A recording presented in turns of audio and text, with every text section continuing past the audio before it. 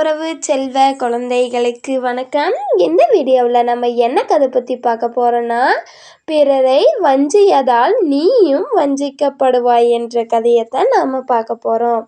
ஒரு காட்டில் நரி ஒன்று வசித்து வந்தது. அதற்கு எப்போதுமே யாராவது ஏமாற்றி அவர்கள் ஏமாறுவதைக் கண்டு மனம் மகிழ்வது பொழுதுபோக்காக இருந்தது. ஒரு நாள் கொக்கு ஒன்று நரி சந்தித்தது. அதனுடன் நட்பு கொண்டு அந்த கொக்கை நரி தன் வீட்டிற்கே விருந்துக்கு அழைத்தது. கொக்கும் நரியை நண்பன் என நினைத்து அதனுடைய வீட்டிற்கே சென்றது.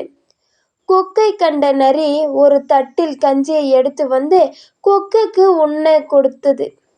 கொக்கு அதன் நீண்ட அலக்கால் தட்டிலிருந்து கஞ்சியை சாப்பிட முடியவில்லை. ஒரு வாயாக்கன்று ஜாடி போன்ற பாத்திரங்களில் இருந்தால் மட்டுமே கொக்கு தன் அலகை அதனுள் விட்டு கஞ்சியை உறிஞ்சி குடிக்க முடியும்.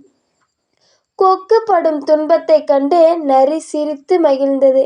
அவமானமடைந்த கொக்கு நரிக்கு பாடம் புகட்ட தீர்மானித்தது. நரியை ஒரு நாள் கொக்கு விருந்துக்கு அழைத்தது.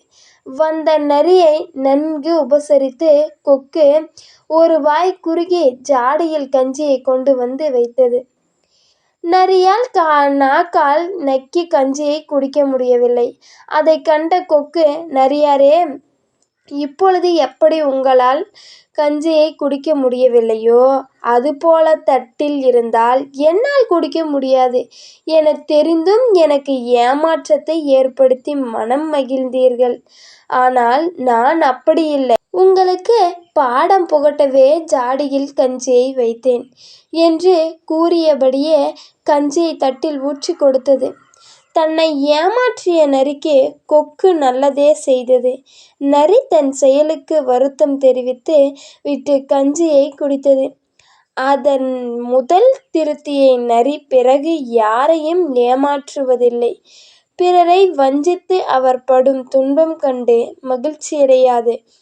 மற்றவர்களுக்கு நாமும் எம்மாலான உதவிகளை செய்ய வேண்டும்.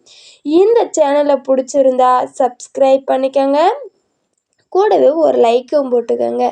அப்போ தான் நாங்கள் போடுற வீடியோ உங்களுக்கு வந்து சேரும் செல்லுங்களேன்.